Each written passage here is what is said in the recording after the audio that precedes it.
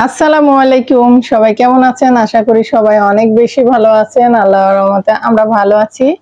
তো এখন বসে আছি, বাইরে যাব।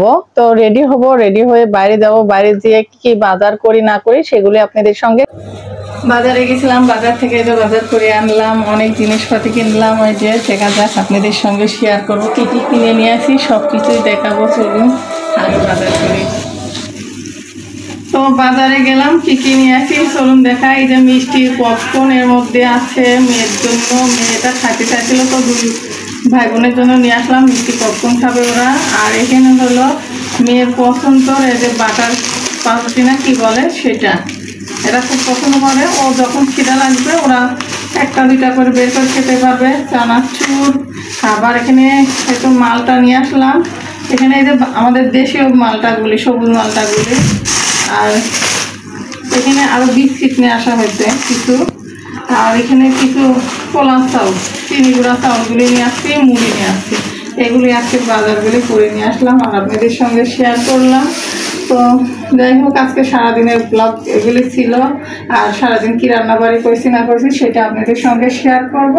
অবশ্যই দেখবেন, ভালো লাগলে অবশ্যই কমেন্টে জানাবেন। যারা আমার ইউটিউব চ্যানেলটি সাবস্ক্রাইব করেননি অবশ্যই সাবস্ক্রাইব করবেন, ফেসবুক পেজটি ফলো করবেন।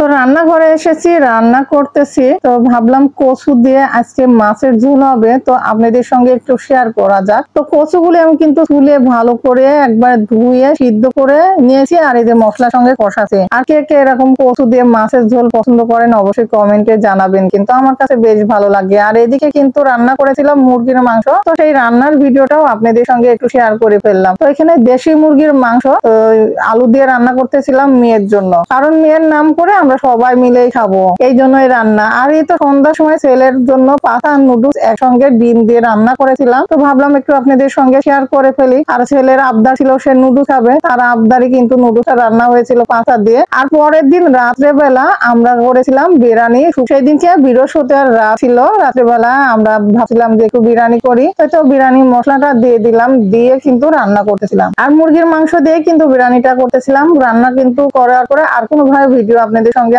আর ভিডিওটা শেয়ার দেওয়া হয়েছিল না, তো ভাবলাম যে রান্না করেছিলাম যতটুকু ততটুকুই আপনাদের সঙ্গে শেয়ার করি। আর আমাদের বাসার সবাই কিন্তু মুরগি বিরিয়ানি খুবই পছন্দ করে, তো এই জন্যই কিন্তু রান্না করা হচ্ছিল। আর পাকিস্তানি মুরগি দিয়ে বিরিয়ানি রান্না করতেছিলাম। আর বাসার সবাই যেহেতু পছন্দ করে, রান্না করব না তাই কখনো হয়। আর চারদিকে কিন্তু বৃষ্টি হচ্ছে কয়দিন ধরে, তো বৃষ্টির জন্য কিন্তু আরো বিশেষ করে রাতের বেলায় বিরিয়ানিটা করা আর ভালোই লাগে কিন্তু বৃষ্টির দিনে, এই জন্যই। আর বৃষ্টির দিনে তো খিচুড়ি আমরা তো সাধারণত খাই থাকি, তাই না? তো ভাবলাম যে একটু মুরগি পোলাও করি, এটা খেতে কিন্তু ভালোই লাগবে। তো যাই হোক, এদিকে মাংসটা কষাইতে কষাইতে আমার ভিডিওটাও শেষ করছি। ভিডিওটি কেমন লেগেছে অবশ্যই কমেন্টে জানাবেন। এখনকার মতো বিদায় নিচ্ছি, আল্লাহ হাফেজ, আসসালামু আলাইকুম।